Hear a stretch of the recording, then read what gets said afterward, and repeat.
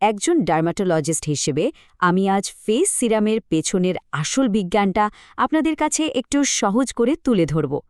ত্বকের বিভিন্ন সমস্যা যেমন ধরুন ব্রণ, কালচে দাগ, অতিরিক্ত শুষ্কতা বা বয়সের ছাপ, এই সব কিছুর মূল কারণ কি এবং এর ক্লিনিক্যাল ট্রিটমেন্ট বা চিকিৎসা পদ্ধতি কেমন হওয়া উচিত তা আজ আমরা বিস্তারিত ডায়াগনোজ করব।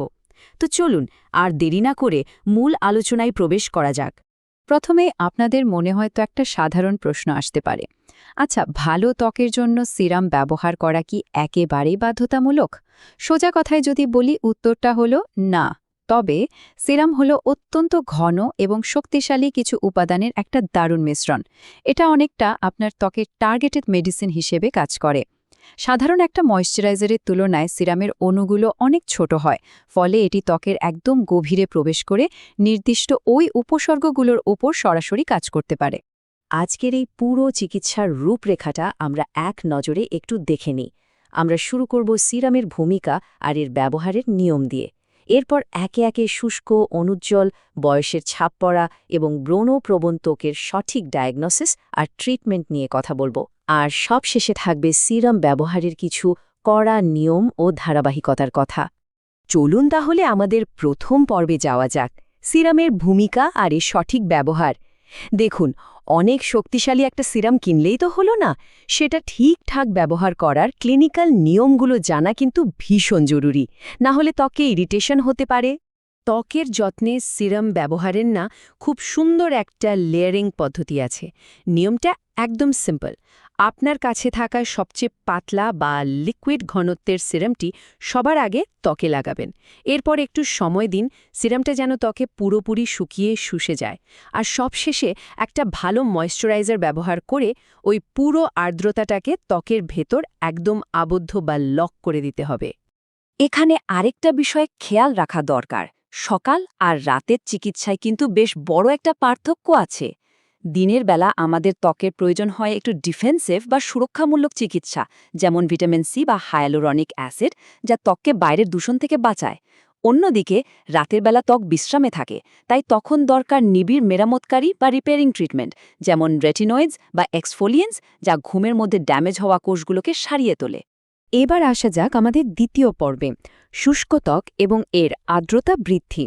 ড্রাই স্কিন বা শুষ্ক ত্বক মানেই বুঝতে হবে যে আপনার ত্বকের সুরক্ষা কবচ বা ব্যারিয়ার বেশ দুর্বল হয়ে পড়েছে এবং সেখানে মারাত্মক ডিহাইড্রেশন বা পানির শূন্যতা চলছে।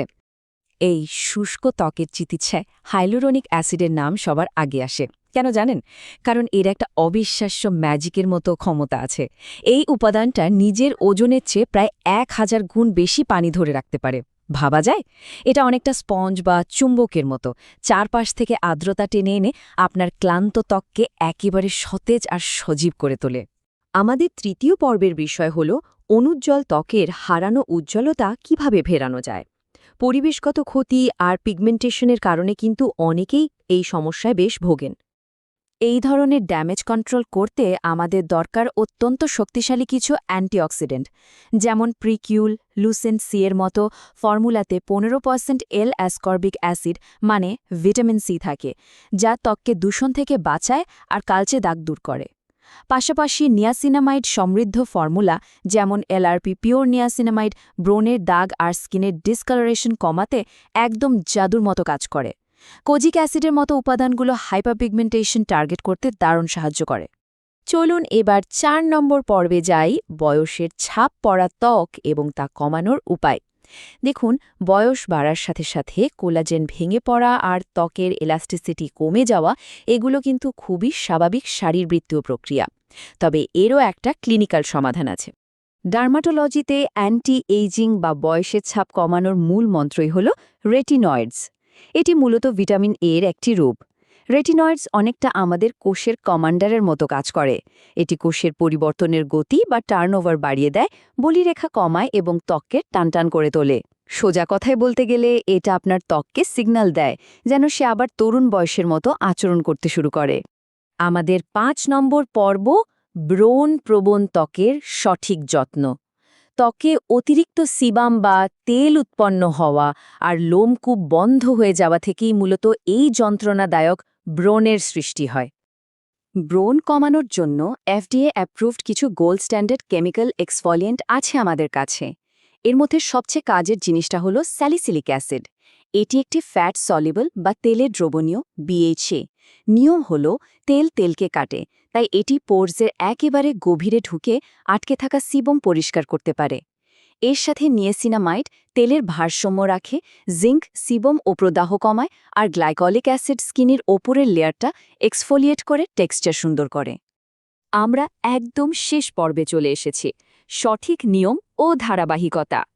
এতক্ষণ তো ট্রিটমেন্টের কথা জানলাম, কিন্তু যে কোনো স্কিন কেয়ার রুটিন নিরাপদে বজায় রাখার জন্য আমার কিছু কঠোর ক্লিনিক্যাল অ্যাডভাইস আপনাদের মেনে চলতে হবে। সবচেয়ে গুরুত্বপূর্ণ নিয়মটা হলো আপনার ত্বকের বর্তমান সবচেয়ে বড় সমস্যার ওপর ভিত্তি করেই সিরাম নির্বাচন করতে হবে।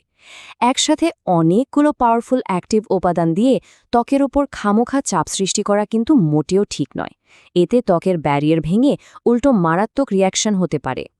একাধিক সমস্যা থাকলে সেগুলো সকাল আর রাতের রুটিন করে ভাগ করে নেওয়াই হলো সবচেয়ে নিরাপদ আর বিজ্ঞানসম্মত পদ্ধতি। আর হ্যাঁ, শেষ করার আগে একটা অত্যন্ত বাস্তবসম্মত টাইমলাইনের কথা মনে করিয়ে দিই। ত্বকে লাগানোর যে কোনো ওষুধের ক্ষেত্রে সামান্য কোনো উন্নতি চোখে পড়তে অন্তত 4 থেকে 6 সপ্তাহ সময় তো লাগবেই, আর পুরো সমস্যার সমাধান হয়ে ত্বক পরিষ্কার হতে প্রায় 2 থেকে 3 মাস পর্যন্ত সময় লেগে যেতে পারে। এখানে আপনার প্রধান মেডিসিন হলো ধৈর্য। তো আজকের এই বিস্তারিত আলোচনার পর আপনার ত্বকের নির্দিষ্ট উপসর্গ অনুযায়ী কোন অ্যাক্টিভ ফর্মুলাটি রুটিনে যোগ করতে আপনি প্রস্তুত?